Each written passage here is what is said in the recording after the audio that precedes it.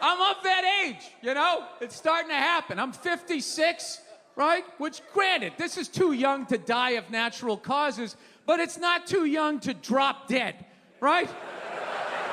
Like, as a man, I am in my drop-dead years, which are basically ages 49 to about 61. You know, anything past that, you're just looking at, like, a prolonged illness, you know? But these are the years that men drop dead. And dropping dead is a uniquely male experience, right? Women don't drop dead. When was the last time you were out to brunch and there was some woman, hey, I get it, my mouth done, just grabs her chest and face down into some tapas? Oh my God, Kathy, right? They don't. Men drop dead all the fucking time. You're out there on the golf course, some guy fucking, all of a sudden, just fucking into the shrubs.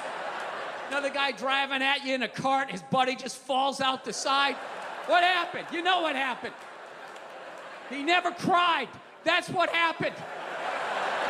And he held on to it. You know, he was fucking putting his pants on and he just rolled back on the bed. He never got back up again. It can happen. Like, I'll give you a scenario. Let's say, you know, I'm upstairs in the bathroom, my wife's downstairs making me breakfast, right? It's a fantasy, you know? Let's pretend women still cook for their men. She's Postmating something, and she's heating it up in the microwave. That's my love language, right? And I'm upstairs in the bathroom, and all of a sudden she just hears a big thud on the floor. And it's just like, honey? Honey, was that you? This isn't funny. Honey? Right? And next thing you know, you're at my funeral. It happens just like that, and somebody's trying to put a positive spin on it. You know, he died doing what he loved.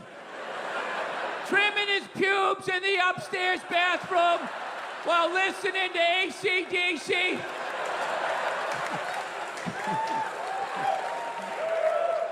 You know, my favorite guy at the funeral is the guy who tries to figure out exactly what happened, like it's a Law and Order episode. You know, I think what happened was he was looking down at what he was doing, and his head's heavy, you know, and he got on his toes. He lost his balance and whacked his head on the sink, and it came flying back, and there was no back mat. That's kind of what happened. So anyway, I lose another friend. My buddy dies. I show up to the funeral. Open casket. It's last year, 2023, open casket. We're still doing that? Huh? I've never understood open casket. I don't get it. It's like, you told me he was dead. I believed you. What is this, some asshole coming in? I'm calling bullshit, all right? No, he had a lot of credit card debt. He wasn't getting along with his wife. Perfect candidate to fake his own death. All right, let's go. Open it up. Open it up. Let's see what you got. Let's see what you got. All right, that's pretty good. Pretty good. He looks pretty dead, but you know, Frank likes to fuck around, so leave it open. Let's see what we got. Dude, they left it open. They had my buddy propped up like he was watching Sports Center for like 90 minutes. Fucking sitting there looking at the side of my friend's dead head. Like, why do I need that on the memory bank, you know? So anyway, it's a funeral, so what happens? You start thinking about your life, you know? You take stock in it. I start thinking about how fast my life's going by, how quick my kids are growing up, and then I had this thought I've never had before. I started thinking about how fast my marriage was going by, right? I was like, God damn, you know, I've been married almost friggin' 11 years at this point. And I started thinking like, you know, you're not in it. I love when people do that. I've been married for 45 years. Be like, woo! It's like he could have her chained to a radiator, all right? You have no idea what is going on. Jesus Christ, you can't always be thinking positive, people. Come on, you gotta fucking keep your head on a swivel. Maybe she wanted to leave and I won't let her. No. No, I like to think we're happily married. So I just started thinking, man, we've been together for like 11 years, you know? And then I just started thinking all these stupid fights I'm having with her. I don't remember what half of them are about. She agreed to spend her life with me, and I'm being this curmudgeonly asshole, and I'm kind of ruining a little bit the one life she has. So I'm sitting back there, I'm looking at his dead head, and I think to myself, I could not look at it. Where else am I looking? It's a fucking dead body there. I'm listening to your eulogy? I'm not. I'm looking at that like, is that gonna be me someday? I guess it is, Jesus Christ. So at that moment, I was like, you know what? I think in the back nine, I'm just gonna try to be a little more agreeable. You know, just try to go with the flow a little more. Now, I didn't think this was a big adjustment to my relationship. Turned out to be huge. I didn't realize I was that fucking disagreeable. Evidently, I was.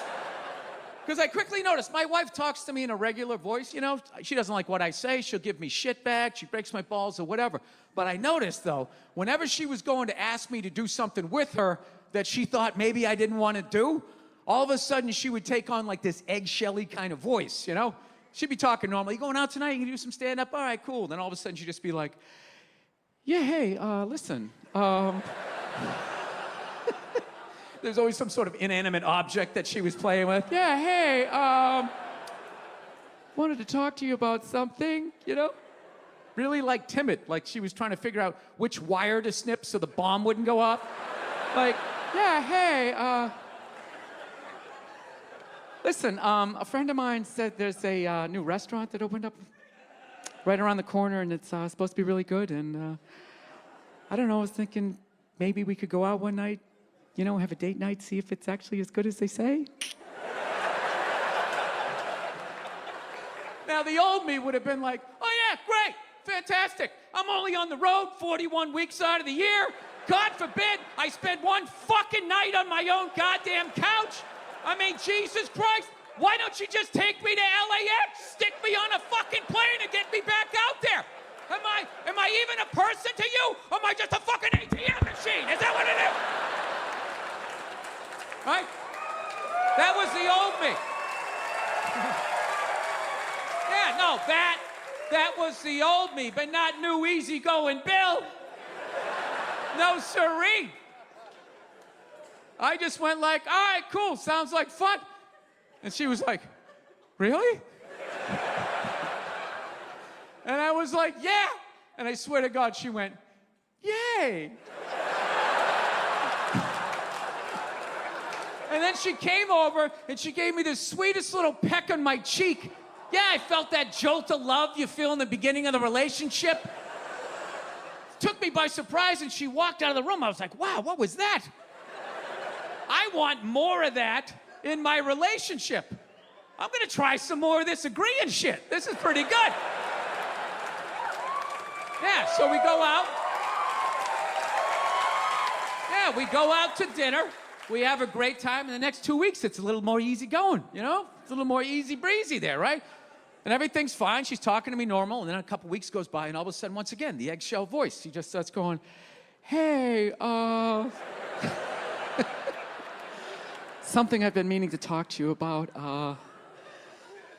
You know, we're going to that wedding up in Paso Robles, you know, in a couple weeks, you know.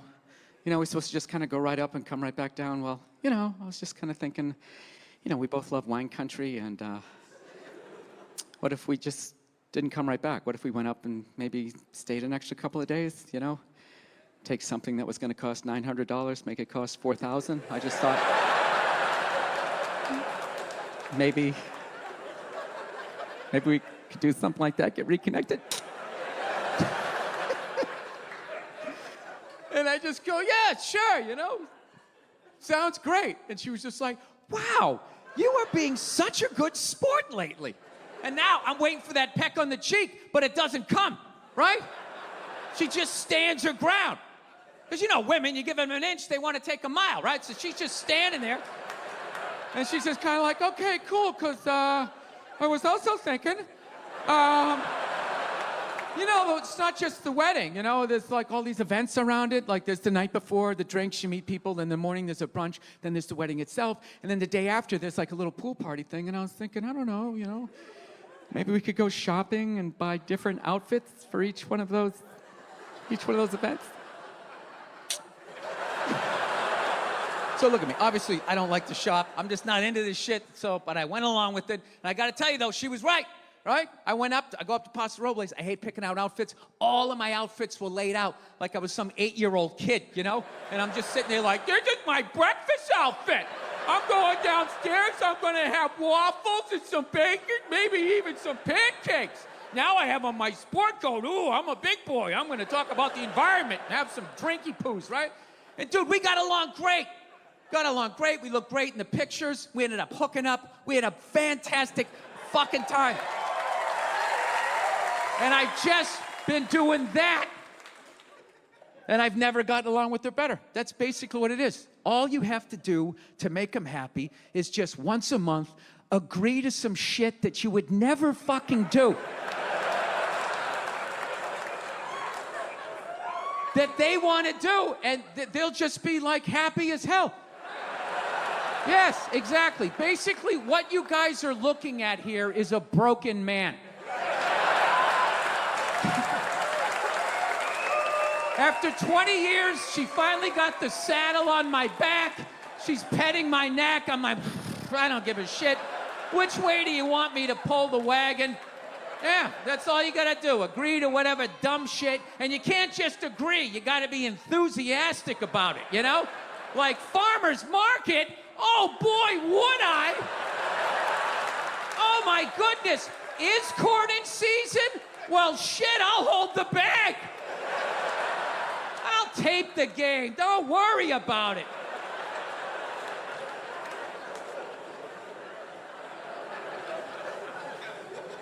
Because I know, this ain't about me. No, I don't want to go to that dark place. Well, fuck it. Let's go then. All right? Okay. Well, I know. It always rains on you guys. You guys are all fucking depressed, right? Under the bridge doing whatever the fuck you're doing up here. Writing your sad music. Anyway. Yeah, so I'm in this weird part of my life. I really am. It's this great thing where I'm just letting go of a lot of shit and also kind of discovering stuff about myself. Like I found out recently I have like depression issues. I couldn't believe it. I always hated when people, oh, I'm fucking depressed. Shut up, you fucking pussy. Just get up and plow through it like the rest. I got clinic on the president. I couldn't get off the ground. I had no fucking empathy whatsoever. I used to look at those people like, what the fuck is wrong with them? And I had the exact same thing. I had no fucking idea, you know? I don't have like clinical depression. I have regular depression, you know? I got the regular stuff, like a lot of fucked up shit happened to me. I never dealt with it. I just kind of kept putting it over here, you know? It just sort of floats over here. And every once in a while, it taps me on the shoulder like, hey, you ready to deal with this shit? I'm like, okay, maybe. Or I could death scroll on Instagram and watch some guy refurbishing old skillets for like the next 3 hours. Oh, maybe. Yeah. Oh, yeah. I'll stay up till 3 in the morning washing people like power wash like sidewalks and driveways rather than unpacking that shit. And it's always fucking tapping me on the shoulder, you know, creeping up on me. I call it the fog. So I try to stay ahead of it. And I have all these hobbies and all these different things that I do. So I just keep moving so it can't keep up with me, right? And I've noticed at some point, I'm gonna have to face this shit, right? So the end of last year, I was taking like 6 weeks off from the road and I knew the shit was coming, right? I felt it. It was, hey, here you go, Bill. You're off the road, time to deal, right? And this time I was like, you know what, fuck this. I'm just gonna sit in this shit as long as I could sit in it, you know, and see what happens, right? So it took about 3 days before my wife noticed, right? I was sitting over in the corner, I had like an Afghan like wrapped around me. I wasn't shaving and shit, and I'm just sitting there watching TV all day. And you know what's funny? When you shave your head like this, it looks like you know jujitsu possibly, you know? But after 3 days, you look like some retired shoe salesman, you know, that didn't get the gold watch. So I'm sitting there, and my wife, you know, we got 2 little kids. She took her a few days to notice. She finally takes me in. She goes, hey, what's going on with you? She's like, is everything all right? I didn't hear the laughter at first. I saw it. My wife stood near the bar, her face glowing in a way I hadn't seen in years, leaning toward another man as if the world had narrowed to just the two of them. Her body language said everything her words didn't. She touched his arm when she laughed. She tilted her head the way she used to tilt it with me. I stood there unnoticed, a ghost at the edge of my own marriage, watching her light up for someone else. In that moment, something inside me went quiet. No anger, no shock, just clarity. I realized I didn't need proof, explanations, or a confrontation. I had seen enough. So I did the one thing she never expected. I turned around. I walked toward the exit. I was done. But just as I reached the door, I heard her voice shout my name. Sharp and desperate, it stopped my feet cold. Her voice cut through the room loud enough to draw attention. Conversations paused. The music felt distant. I stood there, hand on the door, wondering if I should keep walking. Every instinct told me to leave, but curiosity and maybe the need for closure made me turn around. She was staring at me now, eyes wide, the color draining from her face. The man beside her stepped back, suddenly aware he was standing in the wrong place at the wrong time. She rushed toward me, her confidence fading with every step. "Wait," she said, breathless. "It's not what you think." I almost laughed at how predictable that line was. I hadn't raised my voice. I hadn't accused her. I had simply walked away, and that scared her more than any argument ever could. She wasn't panicking because she loved me. She was panicking because she realized she was losing control of the story. She tried to explain quickly, nervously, tripping over her words. She said he was just a coworker, just talking, just harmless. I listened without interrupting, my expression calm and unreadable. That made her uneasy. She searched my face for emotion, anger, jealousy, pain, but I gave her none. Instead, I told her the truth. I said I didn't leave because of him. I left because of what I saw in her eyes. The excitement, the ease, the absence of guilt that hit harder than any accusation. Her shoulders slumped. She whispered my name again, softer this time, as if afraid to lose me mid-sentence. People around us pretended not to watch, but everyone felt the tension. I realized then how much power there is in silence. I wasn't fighting for her attention anymore. I was deciding whether she deserved mine. She asked me to talk outside. I agreed, not because I owed her anything, but because I wanted the conversation to end cleanly. Under the night air, she finally slowed down. Her voice cracked as she admitted she liked the attention. She said she had felt invisible lately. She said she never meant for it to go that far. I nodded, not in agreement, but in acknowledgement. Then I told her something she wasn't prepared to hear. Feeling neglected doesn't justify betraying trust. She reached for my hand. I stepped back. That small movement hurt her more than words ever could. She asked if I was leaving her. I didn't answer right away.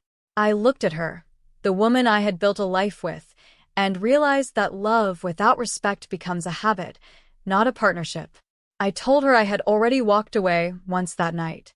The question was whether I should do it again, permanently. Tears filled her eyes as she apologized again and again, promising it meant nothing, promising she would cut him off. I believed she was sorry, but sorry came too late. I told her something calmly that she would remember forever. You didn't lose me when you talked to him. You lost me when you forgot I was standing in the same room. She broke down then, realizing this wasn't a fight she could win with emotion. I wasn't threatening divorce. I wasn't demanding change. I was stating reality. Trust cracks quietly, and cracks don't heal just because someone notices them late. I told her I needed space, real space, not silence, not distance. Space to decide if the marriage I thought I had ever truly existed. She nodded, wiping her face, finally understanding that shouting my name hadn't stopped me. It had only delayed the inevitable decision. The drive home was silent. For the first time, she didn't reach for the radio or her phone. She sat still, staring out the window, replaying every moment she wished she could undo. I felt strangely calm, heartbroken, yes, but grounded. At home, I packed a small bag. She watched from the doorway, trembling, asking where I was going. I told her I didn't know yet. That uncertainty scared her more than a clear goodbye. She asked if there was still hope. I told her hope doesn't survive on apologies alone. It survives on consistency, and consistency had been missing for a long time. I slept somewhere else. Not out of anger, but out of self-respect. Walking away wasn't dramatic. It was necessary. And for the first time, I wasn't afraid of what came next. Her messages changed. Panic turned into reflection. Excuses turned into accountability. She admitted she never thought I would leave quietly. She assumed I would argue, forgive, and move on like before. That admission hurt, but it also explained everything. She had mistaken my patience for permanence. I told her we would talk when emotions settled, not before. In that silence, I rebuilt parts of myself I had neglected: routine, confidence, clarity. Friends asked questions. I didn't answer them. This wasn't a public drama. It was a private reckoning. When we finally spoke again, she listened more than she talked. That alone told me she had changed. But change doesn't erase damage. It only acknowledges it. And acknowledgement, while important, doesn't guarantee reconciliation. Looking back, the moment she shouted my name wasn't the moment that saved our marriage. It was the moment that exposed it. I didn't freeze because I was weak. I froze because I realized how close I was to choosing myself for the first time. Whether we rebuild or part ways remains uncertain. But one thing is permanent.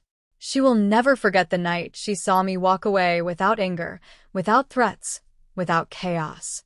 That silence spoke louder than any fight ever could. I learned something powerful that night. Love isn't proven by how loudly you demand attention, but by how calmly you leave when respect disappears. And sometimes the quietest exit is the strongest statement you'll ever make.